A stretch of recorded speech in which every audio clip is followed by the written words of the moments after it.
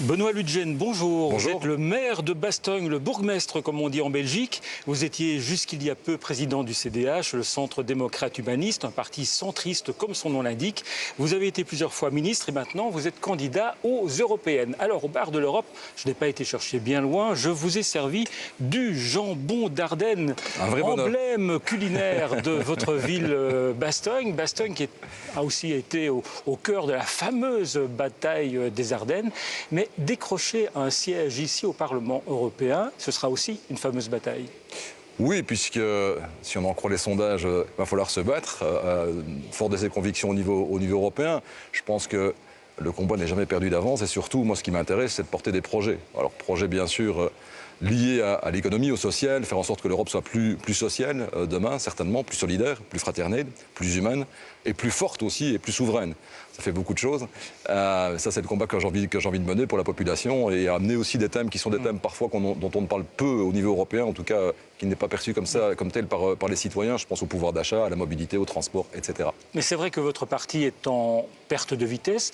Est-ce que c'est pas encore plus difficile à vivre que vous êtes quand même l'héritier du PSC, le Parti social-chrétien, un grand parti qui a été au pouvoir quasiment en permanence entre 1945 et le début des années 2000. Qu'est-ce qui fait que ça a fait pchit ?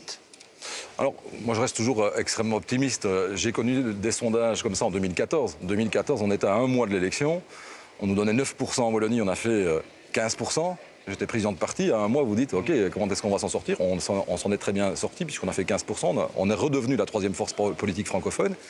Et donc, j'espère qu'on va faire la même chose cette fois-ci, de par nos convictions. Alors, c'est vrai qu'on a un héritage important, lié effectivement à la civilisation européenne, chrétienne, et par rapport à notre formation politique, qui s'est inscrite dans la volonté de construire l'Europe après-guerre. Nous sommes les héritiers de cela, mais bon, on peut regarder en arrière. Il faut surtout regarder, aller de l'avant. Vous avez parlé de Bastogne, la bataille des Ardennes, la Seconde Guerre mondiale. Ouais, je crois que d'abord, et c'est une des premières réussites de l'Europe, on le dit trop peu souvent à mes yeux, ça fait 75 ans qu'on vit en paix sur notre territoire. Ça n'est pas arrivé, il faut qu'on retourne des siècles et des siècles et des siècles en arrière pour avoir une période aussi longue de paix et de liberté sur le territoire européen. C'est une des plus belles réussites de la construction européenne. Et quand on voit la montée des extrémismes, des nationalismes et des populismes, aujourd'hui, cette valeur de paix et de liberté, elle est mise à mal. Je peux me servir? Bien sûr. Mais il y a des nationalistes, y compris en Belgique, la NVA, les nationalistes flamands, qui sont restés au pouvoir jusqu'il y a peu, avec Charles Michel comme Premier ministre. Ces nationalistes flamands, on peut gouverner avec eux, on peut faire une alliance avec eux, ou c'est une erreur politique selon vous? Moi, je l'ai refusé.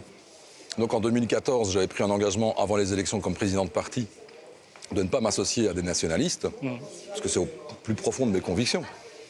L'humanisme que je défends, j'espère que je ne suis pas le seul à le défendre dans d'autres formations politiques aussi, il est complètement contraire au nationalisme. Le nationalisme, c'est la haine des autres. Le patriotisme, je suis un patriote, c'est l'amour des autres. Mais les nationalistes flamands, le parti de Bart de Wever, c'est quand même pas l'extrême droite? Non, alors il y a effectivement, alors ça dépend des personnalités. Il y a quand même toute une série de signaux qui sont envoyés aux électeurs pour être à la limite de la droite et de l'extrême droite. Mais c'est clair que ce n'est pas un parti d'extrême droite, mais ça reste un parti nationaliste de repli identitaire qui est dans une forme de haine quelque part d'une vision plus large d'intérêt général. Je veux dire, on ne fait pas de la politique, vous savez, avant de prendre mon engagement européen, la réflexion, elle vient aussi par rapport aux convictions qu'on a au plus profond de soi-même. Moi, je ne peux pas faire des alliances avec des gens qui sont soit d'extrême droite, soit d'extrême gauche aussi d'ailleurs, ou à la frange des nationalismes en l'occurrence. Parce que c'est complètement contraire à mes convictions, c'est complètement contraire à l'idée que je me fais de la société, d'intérêt général, de diversité, de respect des autres, de tolérance, de lutte contre toute forme de xénophobie, de racisme, etc. C'est au plus profond de mes racines, c'est au plus profond de moi, de mon histoire, de notre histoire. Vous parliez de la bataille des Ardennes, mais c'est clair que, oui, un des éléments, c'est ce qu'on doit défendre, c'est certainement ces valeurs fondamentales au niveau européen et partout sur le territoire européen. Alors, votre groupe, votre parti, fait partie du groupe PPE, le Parti populaire européen. C'est le plus grand groupe ici au Parlement européen. Et dans ce groupe, qui trouve-t-on? Viktor Orban, le Premier ministre hongrois, qui a été suspendu à durée indéterminée au sein du PPE. Vous avez participé à cette séance du PPE, ça a été chaud?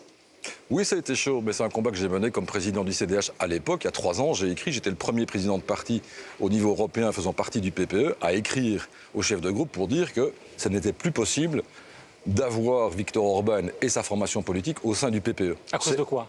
Mais c'est contraire aux valeurs que nous défendons. On ne peut pas, dans une formation politique qui est la première aujourd'hui au niveau européen, accepter de commencer à tergiverser sur des valeurs fondamentales de liberté notamment, et les valeurs fondamentales liées à la tolérance et au respect de chacune et de chacun. Et donc oui, c'est peut-être une erreur qui a été commise par le PPE. Je l'ai dit à plusieurs reprises, la loi du nombre l'a parfois emporté sur la réalité des valeurs que nous défendons, parce qu'on voulait être le plus grand groupe.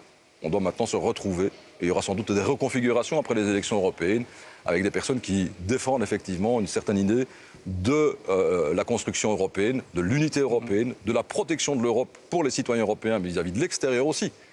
La souveraineté européenne, elle doit aussi pouvoir se défendre, et on ne doit pas laisser aux seuls nationalistes l'identité européenne ou l'identité territoriale. On doit à la fois être très ouvert sur le monde et en même temps défendre nos racines, défendre notre culture, nos traditions, partout sur le territoire européen, et en ce compris chez nous. On en a une belle preuve culinaire devant nous. Alors, on a parfois l'impression que l'Europe est loin du citoyen.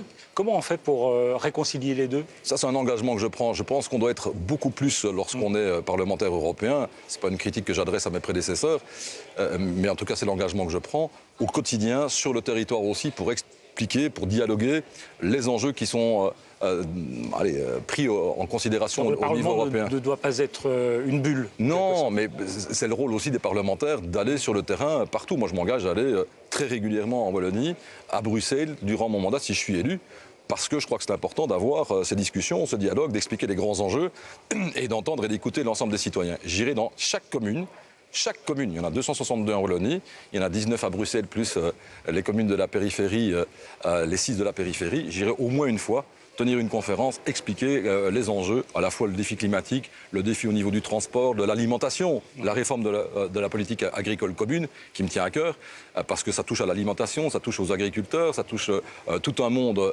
dans notre pays et ailleurs, et on va devoir se battre pour maintenir les moyens en la matière. Alors, Benoît Lutjens, une petite question surprise, voilà. Une boule surprise. J'ai pris l'orange, donc voilà. Oui, c'est la couleur de votre parti.